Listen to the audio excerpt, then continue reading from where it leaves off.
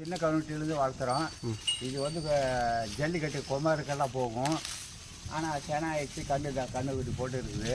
கண்ணுக்குட்டியே சேவது. ஆனால் யாருமே மேலே கை வைக்காத இருந்துச்சு. ஆனால் நான் கண்ணு போட்டதுலேருந்து அப்படியே பழகி இதை எந்த வரைக்கும் ஒரு 1/2 லிட்டர் பாலில் கறந்துடுறேன். என்ன வரைக்கும் கிட்ட சேர்த்துக்குது.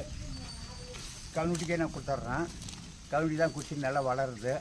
குடிக்கிட்ட நம்ம கை ஆடுறதுக்கு மேலே கை வைக்காத மாடு இப்போ என்னை நம்பி கை வச்சா கம்முன்னு இருக்குது. ஆனால் கால் கட்டி தான் கறப்பேன்.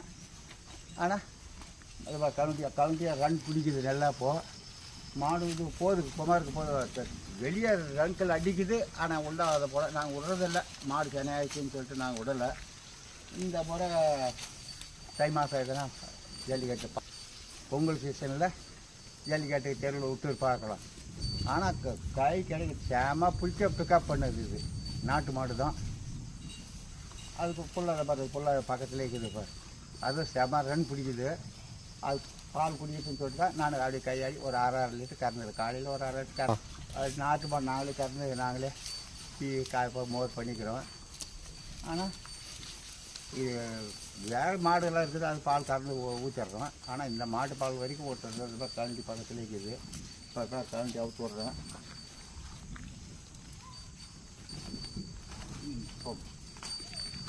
பால் குடிக்குது.